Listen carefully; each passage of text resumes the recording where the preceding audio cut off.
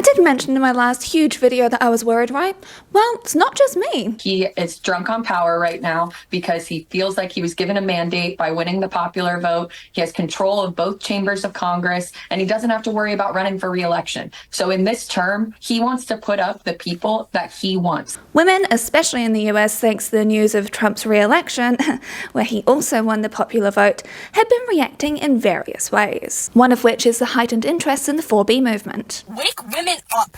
Now that the shock of the election is over, I think it's worthwhile talking about this spike in interest over this movement. With some guys saying stuff like this: "It's your body, my choice." I understand wanting to swear off people like him. But the main thing is that the economy is going to be doing fine now, right? Especially with Doge in place. I swear that Elon's life purpose is just to be an internet edgelord. Seriously. What the hell, dude? Things are bleak. It feels to a lot of people that their loved ones, their partners, their boyfriends, their friends, their co-workers have actively voted against them. They've actively voted to take away their bodily autonomy, to take away LGBTQIA+ rights, to make it so that heaps of people have to get mass deported from the country they call home. You voted against me.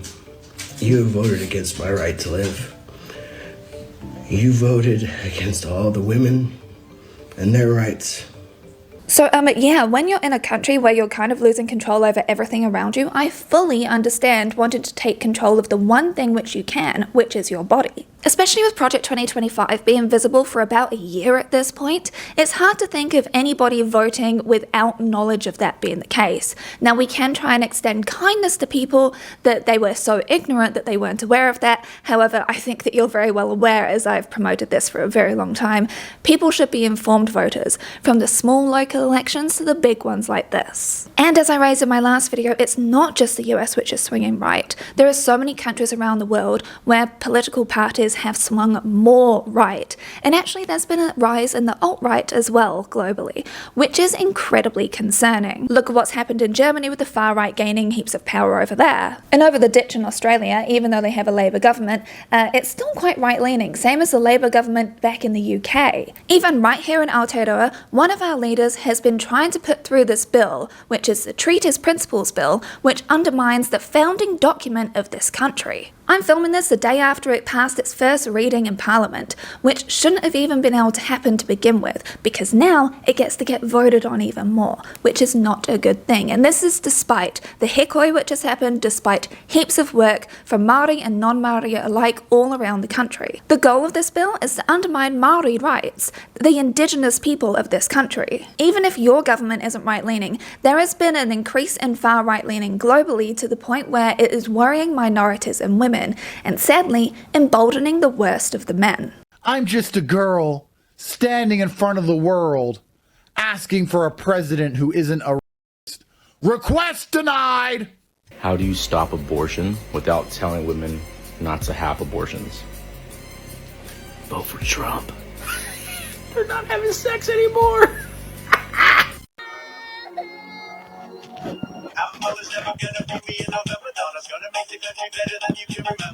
And what's more concerning is the younger generations tend to be a bit more left-leaning. However, the younger generations of men seem to be heading more right-leaning. And for straight relationships, that doesn't really make you all that appealing to women, I gotta say. Why would a woman want to be with a man who's voting to take her rights away? Plus, how would you even know if a guy was like this? Because if he doesn't have a social media presence where he's posting about his beliefs, how are you meant to know? I mean, it's better to just skip the relationship altogether, right? It is not worth the risk. Do you want to still have pleasure but not screw man? Boy, do I have the sponsorship for you. No, I wish. There was no sponsorship for this video.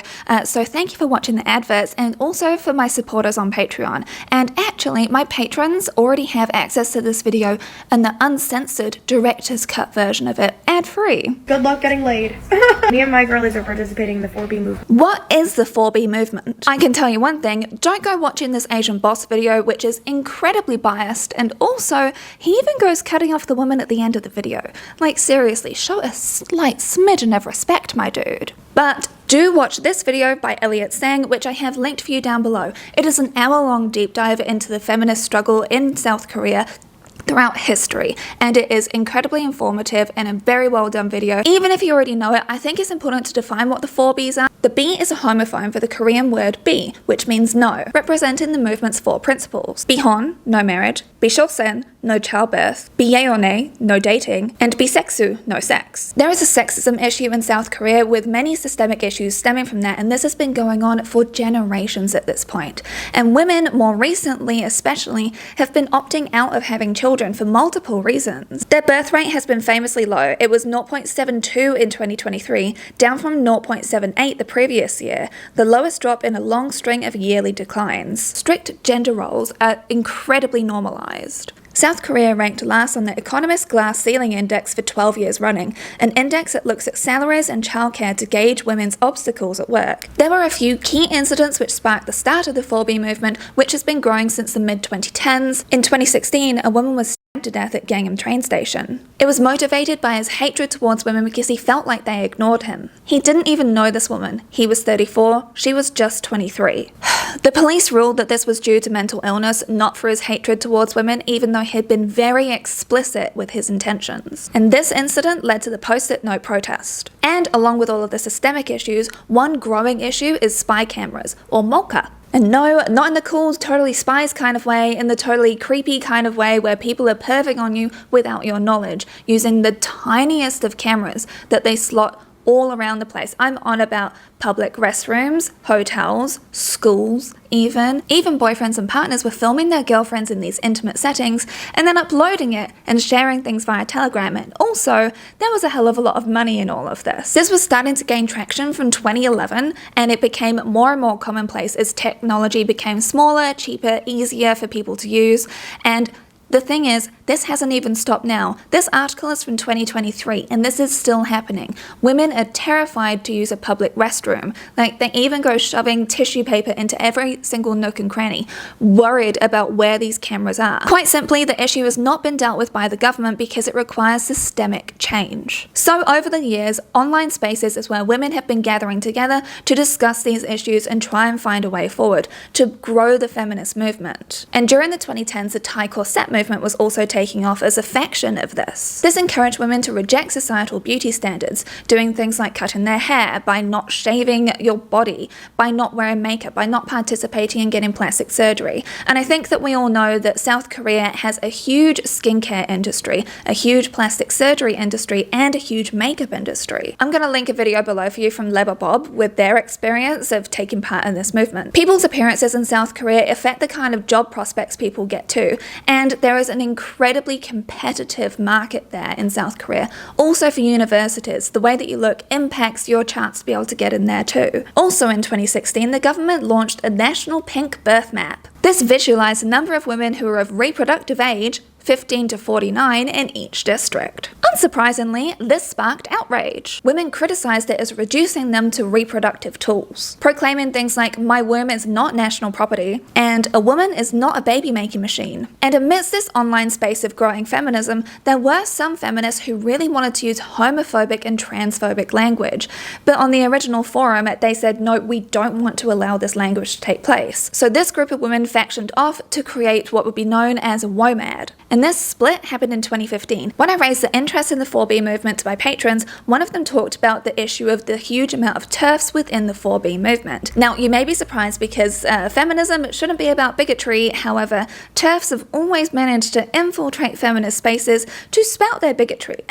Look at somebody like J.K. Rowling. In case you don't know, TERFs are trans-exclusionary radical feminists. They may use dog whistles like supporting biological women, for example, because they don't believe that gender can be fluid at all. They don't believe that gender is a construct. So the 4B movement isn't exactly what we call intersectional. I'm not saying that everybody that participates in South Korea in the 4B movement is transphobic. What I'm saying is there is just a bit more of a likelihood of it there because South Korea is still very gender binary when it comes to the culture there. Like, for example, a trans woman entered into a university and got bullied out of it. Now, the 4B movement was never exactly popular per se, like Not every woman in South Korea was participating in it, and it was around its peak at about 2018, 2019. However, it was enough of an issue that politicians started to target it as like being one of their campaign promises. It was used as a scapegoat political issue for 2020. Lee Sung-jun, a 58-year-old Democratic Party candidate who pledged to introduce measures to reject the 4B movement as part of his policy campaign in 2020. And the current government has eliminated words like women from policies addressing women's rights,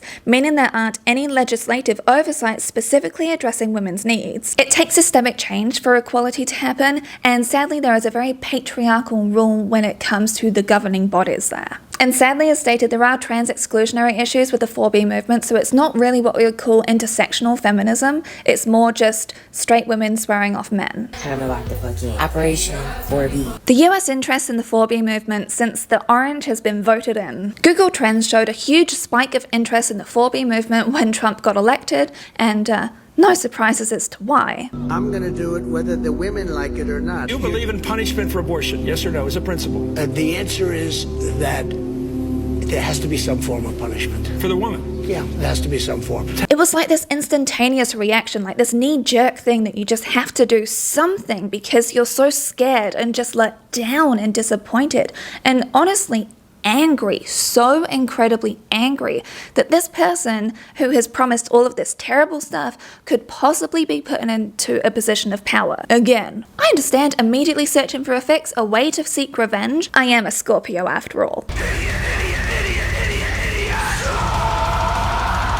And when we've got this issue of school-aged boys saying to girls, their peers, your body, my choice, it shows that there is a real issue with misogyny on the rise here. There is something incredibly dark and twisted happening here that these boys that have been looking up to these misogynistic men are now emboldened to be able to say this to girls, just little school-aged girls. Like, what the hell is going on? There's been a flurry of TikToks, Instagram posts, and articles coming out from like huge news sources talking about this sudden interest in the 4B movement. So what we have is some straight women in the US swearing off all romantic relationships with men. So for anybody wondering about the difference between celibacy and abstinence, celibacy is often associated with religious vows or motivation. When one chooses celibacy for spiritual reasons, it usually means refraining from all sexual activity, whereas abstinence usually means refraining from specific sexual activities for a specific period of time, or under specific circumstances, such as waiting until marriage to have sex. Abstinence could be more flexible, whereas celibacy is more of a long-term choice. And from this article from Psychology Today,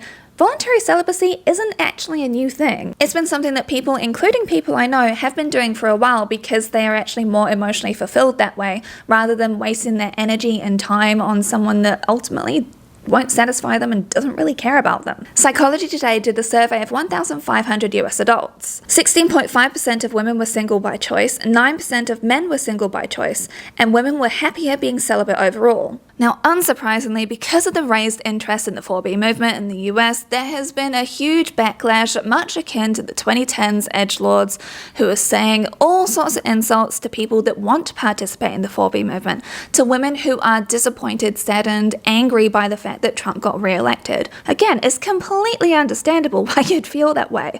Like, I'm not even in the US and I'm angry.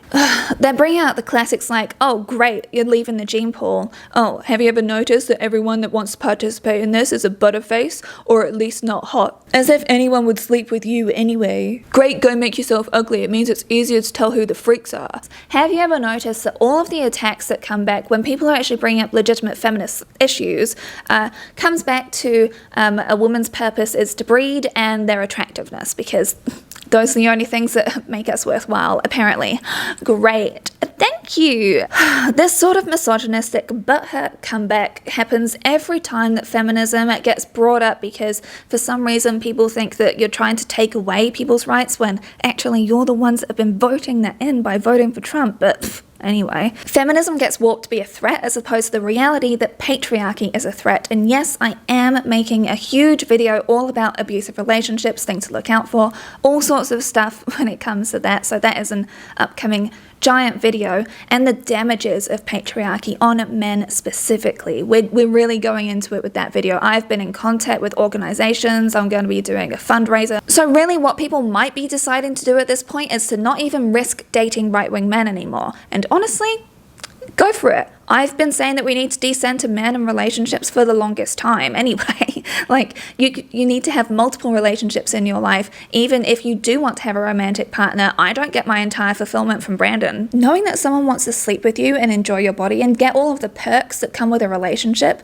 but they don't respect you as a person, they don't respect the fact that you should have rights, and are in fact voting away those rights, that is not a relationship built on respect, sweetheart. Like, that is something which I would definitely be encouraging people to get out of. And we have seen people breaking up for the fact that they voted for Trump. I've even, like Brandon the other day, he was walking through the room whilst he was watching a video of this woman that was crying about the fact that her family's abandoned her. And me, because I'm so silly and hopeful in my mind, I thought that she was crying because she voted for Kamala and everybody else voted for Trump. But no, she voted for Trump. I always talked about how my family had different beliefs, my grandma and my mom and my sister, and how we always got along. And I wore my grandma's sweater to go vote, and I'm so sorry. I'm trying not to cry, okay? But my heart's broken. Try not to cry. Yeah, try it. My grandma just sent me a very sad text. It broke my heart. And my mom has yet to text me back today. Sweetheart, do not befriend the hand that is trying to strangle you. Let's talk about the shortcomings of the 4B movement. This is not the only time that celibacy has been seen as a political move. Feminism and celibacy have indeed been linked before, going back to the Suffragettes and first wave feminism. These were often called birth strikes and were a bit more common in Europe and the UK, and I'll have this fantastic resource right here linked for you down below in case you want to read into this more. This was especially prevalent in the lead up to World War I. Celibacy was also seen as a political move to more radical feminists and second wave feminism. There was a faction of feminists who promoted celibacy starting in 1968. The feminist group Cell 16, founded in 1968 by Roxanne Dunbar, was also known for its program of celibacy and separation from men. People have many issues with Roxanne as an FYI. The notion of feminist celibacy became more widely known in the 1970s. And yet another faction of feminism in the 70s evolved it into political lesbianism, because they were saying sexuality is a choice, and no, it's not. I think that you can see the glaring issues here. So maybe what women in the US are actually trying to embrace is political celibacy as opposed to the 4B movement, because again, I feel that the 4B movement is very specific to what is happening in South Korea and has been happening for many years. However, political celibacy doesn't exactly roll off the tongue or create such a fun hashtag as like the 4B movement, though, you know. Speaking of lesbianism, that is another one of my problems, because it's like, oh, what? Okay, so lesbians can't even participate in this feminist movement because they don't even want to do any of that stuff with men anyway. Another issue I have with political celibacy is that women are again the gatekeepers and the morality keepers of fun, which is something which we've been trained to do through patriarchal teaching for literally our entire lives. Women are once again the gatekeepers of sex, the only thing that men want from us. It's just pretty reductionist to me. And the other thing which really bothers me is this is so cis-het straight people relationship thing, and I'm just like, other sexualities exist. I have talked about this in the past, but asexuals exist, aromantics exist, and so it's like, what if someone doesn't want to do any of those things? Does that mean that they're not actually participating fully enough in the movement? Like, what if they don't even want to do any of that stuff to begin with? So what, they're not even furthering things? And I've also seen women and girls genuinely ask, like, I want to participate in the movement, but I've got a boyfriend. Like, can I still join? And it's like, well, technically for 4B, no, you can't. Like, I've got a leftist husband, and I'm sure a number of you do too. Like, I've got a wide range of people in different forms of relationships here in my audience, and it's like, so what, it just feels quite exclusionary. I can't take credit for these other issues which got raised about the 4B movement, because I was looking through Instagram posts about this. I saw this send help post, and this commenter just laid things out so incredibly crisply and clearly. As a bisexual woman, this political trend irritates me every time it comes up for the following reasons. 1, it implies that all sex with men is voluntary. 2, it implies that sex women have with men now is for their pleasure and not ours. 3, it implies that men are the problem when many straight women are, in in fact complicit in the current political situations for many reasons, including the fact that they've aligned their interests with their men's in exchange for their own personal safety and comfort. 4. It implies that the result of a sexual protest movement would be compliance from men rather than an increase in violence by men against the most vulnerable women. They said it better than I ever could, and this is not specifically about the 4B movement, this is about political celibacy in general as an entire concept. Sayeda Khalil-Assad wrote for Betches how she's skeptical of the 4B movement in the US, as she noticed it's a majority of white women who are promoting the 4B movement to everybody else. And when you actually look at who voted for Trump, 53% of white women in the US who voted for Trump. The call is coming from inside the house. I completely understand white women want to say, like, I'm not one of the ones that voted for Trump. I voted for Kamala. You know, I totally get it. And also, like, the frustration with the whole situation and wanting to, like I said before, have a way to exert some control over things because you feel like you are losing control. But I would argue that political celibacy is only a small sliver of what will actually make a giant difference. Intersectional feminism and community work is where the real solution sits, along with being involved in local politics. Because none of that is even about having to actively decenter men, because you're already doing it to begin with, because you are centering each other. You are putting the community first. You are doing this stuff for each other, and none of that actually revolves around pursuing romantic relationships with men. Having time for men who voted for Trump, I don't think that they deserve any of our attention, honestly, unless you're a content creator like me and have to be aware of what is actually being said out there so that I can educate people, because people still to this day keep on telling me that feminism isn't needed anymore, everyone's got all the rights that they need. Then why the hell are you constantly trying to take them away? Geez, I'm being a Debbie Downer, aren't I? But don't worry, I always come with some solutions. So what should we be focusing on instead? Intersectional feminism. If you are not new to my channel, you will know that I'm a big fan of this. This is the kind of feminism which I personally ascribe to. It was coined by Kimberly Crenshaw, an American law professor, back in 1989. It centers the voices of those experiencing overlapping concurrent forms of oppression in order to understand the depths of the inequalities and relationships among them in any given context. Using an intersectional lens also means recognizing the historical context surrounding an issue. Long histories of violence and systemic discrimination have created deep inequities that disadvantage some from the outset. These inequalities intersect with each other. For example, poverty, caste systems, racism and sexism, denying people their rights and equal opportunities. The impacts extend across generations. So you see what I mean? It's inclusive, it is centered on people who are dealing with issues and actually addressing the multi-layered issues as opposed to just one issue sort of things. And it's also kind of why I don't like the idea of the US co-opting the 4B movement, because that was specifically grown from the ground up from all of the things that have been happening for generations at this point in South Korea. So it does feel a bit like a co-opting of a movement, which is why I'm saying what people are ascribing to is political celibacy as opposed to the 4B movement. Because personally for me, I think that the 4B movement is something which is more applicable to South Korea because it is addressing the things that are happening there.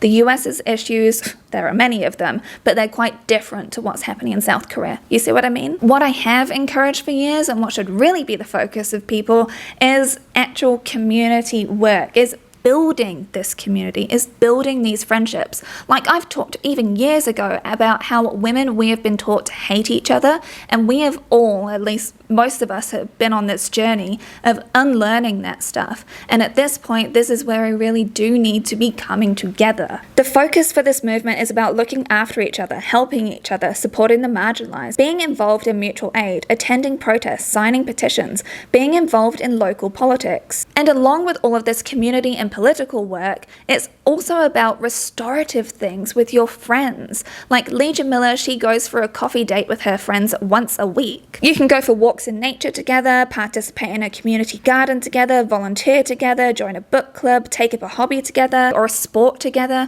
get involved in community theatre, or if you are disabled and you're unable to actually go socialise with people, there are ways that you can enjoy time maybe outside in open spaces or online communities, because I certainly know I struggle to have the energy to be able to go out to places. I really like online community for me personally, because leaving the house is tiring and hard, and I have to lie down for many hours afterwards. Lena Norms has errand dates or chore dates with her friends, where they're busy doing stuff that they need to get done, but they're also hanging out together. There are so many things which replenish a soul, which you can do together with other women and NBs, which aren't actually anything to do with romantic relationships. And none of it is centered on all of the negative things which are happening around you. This is the restorative stuff, the stuff which you can look forward to. As any political movement throughout history will tell you, not only do you need to fight and keep on fighting, you also need to be able to rest and regroup and rejuvenate and celebrate the things which you've achieved. And that's why I'm saying the friendships are critically important, because you're there for each other in the good times and the hard times and everything in between. You really can't fight if you feel alone, just in the same way that unions work because you've got all people working together to go up against the big bad boss.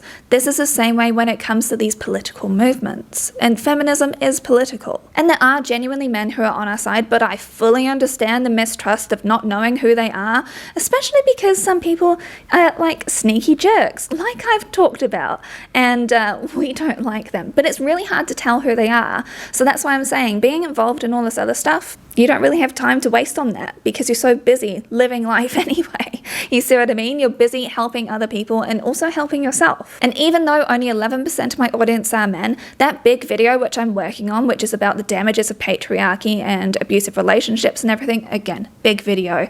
I'm still addressing a bunch of that to men because I think it's really important, and especially after reading this book from Bell Hooks, it shows me that this is something which I should definitely be doing. Not saying that you have to be there to educate men one bit. No, not at all. Especially if someone's voted for Trump, they've already decided where you sit on their priority list, and it's not even there. So, final thoughts. The core purpose of movements like this need to be about community, as in looking out for each other, making sure that everyone is okay and actually accounted for, as in not being left behind just because they're disabled, and making sure that you're actually intersectional with your intentions. If abstaining from relationships with men is how you feel safe, especially in a country where it's becoming harder and harder to have bodily autonomy, do what makes you feel safe. I completely support that. I'm saying do that as well as all of the intersectional feminism stuff, because, like I said, you're not really worried about catering to men anyway when you're busy having a life and doing all this other stuff anyway. This is stuff which I've been talking about for years. So if you're new to my channel, I may seem to be a little bit like, blasé about it, but like, seriously, we do just need to, as a society as a whole, stop just centering romantic relationships as the peak of every single life goal and milestone, because otherwise my life would technically be over years ago because I got married years ago, and it's like, I don't want to have kids. I can't have kids. I don't want that. I still have so many things to look forward to in life that are nothing to do with those traditional milestones in life. This is the exact same as I support the women that want to participate in the towel corset or escape the corset movement. Like, you've probably seen women shaving their heads, getting rid of their makeup, not shaving their legs, dressing more androgynously. Like, personally, I think that that's great. I've always said I want people to express themselves because, again, your body is the one thing which you have control over, and I never liked how men have been mocked for wanting to wear makeup. I've never liked how women get mocked if they enjoy makeup and seen as frivolous. Like, that is something which really bothers me. I think that people should be able to exist in the world however they feel comfortable and be respected and have full bodily autonomy. Like, that's something which I've preached for ages. Just because I like to present in a very, like, I don't know what kind of vibe I've gone for today, like almost 90s witch. Yes, I did purposefully paint my nails dark for this video because I wanted to be like, ooh, a bit more edgy for me. I personally hate how there's the expectation for women to try by wearing makeup in order to be acceptable to general society, and it's like, no, you should just be valued for who you are as a person, not because of how you present yourself. Like, I think that people can look amazing in all the different looks that they want to do, be it androgynous or goth or lumberjack look. Heck, if you want to dress like a vampire, I fully support it. In fact, I would be complimenting you the most because I think that vampire looks are really sick. If you want to embrace bimbo core, fairy core, cottage core, like, whatever you want to do. Office siren, there are so many ways to like express who you are, and I personally find that empowering, and I personally do not like to look down on anyone who chooses to present however they want to. If you feel best in sweatpants, go for it. I think that's great. But I also am supporting the people that want to take part in the Tau corset movement, escape the corset movement, and translated to English.